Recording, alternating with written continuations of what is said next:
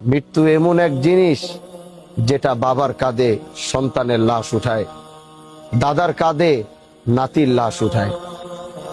এজন্য এখান থেকে পালায়া যাওয়ার কোনো সুযোগ নাই।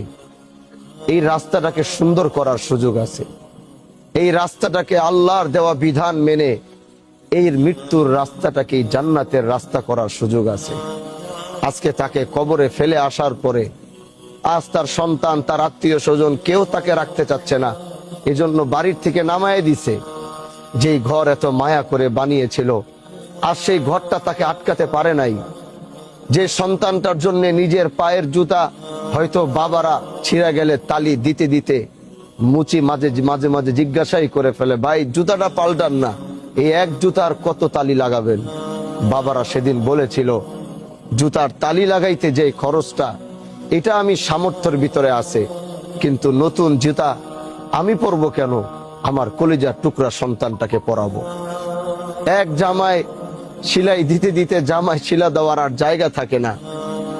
তারা জিজ্ঞাসা করে, ফতুয়াটা পাল্টান না কেন, পাঞ্জাবিটা পাল্টান না কেন?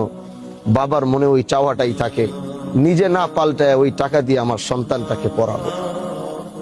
আজ ওই সন্তানরা তাকে মাটির ভিতরে ফেলে আসবে, যার জন্য তার জীবনের 4/3 তিনি খরচ করে ফেলছেন।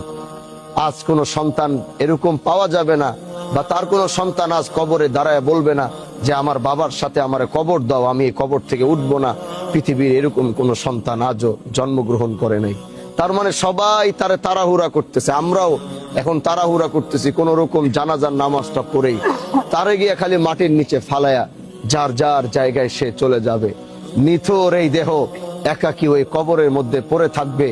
ওই কবরটা কারো জন্য হবে জান্নাতের টুকরা, আর কারো জন্য হবে জাহান্নামের টুকরা।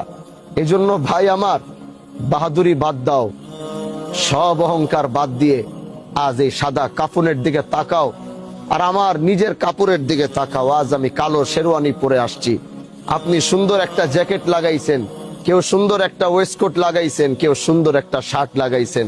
কারো শার্টের ভিতরে এমব্রয়ডারি করা, কারো জামার ভিতরে নকশা করা। আজ এই সাদা কাফনটার দিকে তাকাও।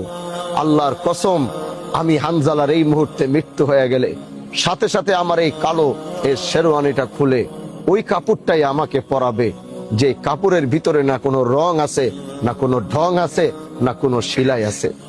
আসো মৃত্যুটাকে স্মরণ করে যেদিন আল্লাহর পথে রওনা হব, ওদিন যেন আমার কোনো ভয় না থাকে। যেদিন আমার রবের দিকে রওনা হব, ওদিন আমার ভিতরে যেন কোনো রকম ভয় না থাকে। ইয়া আইয়াতুহান নাফসুল মুতমাইন্নাহ ইরজিই ইলা রাব্বিকি রাজিয়াতাম মারজিয়া। আমি বলবো যে আমাকে নিয়ে যাও, দেরি কেন করো? আমি তো ওই দুনিয়ায় বাঁচতে চাই না যেই দুনিয়া আমার আল্লাহর থেকে আমাকে দূরে সরায় দিছে, যেই দুনিয়া আমার রব থেকে আমাকে আলাদা করে দিচ্ছে, যেই দুনিয়া আমাকে শিকল দিয়ে বাইদা জাহান্নামের দিকে টানছে। আমার হয়ে গেছে, আমি আর থাকতে চাই না, তাড়াতাড়ি জানটা কবজ করো। এরকম মৃত্যুর প্রস্তুতি যুবক হই, যুবতী হই, মুরব্বী হই, আলেম হই, ইমাম হই, স্টুডেন্ট হই, যাই হই, কৃষক হই, গরিব হই, ভ্যান চালক হই, অটো চালক হই, প্রত্যেকের মৃত্যুর সেই প্রস্তুতিটা আমরা গ্রহণ করে রাখতে পারবো তো ইনশাআল্লাহ?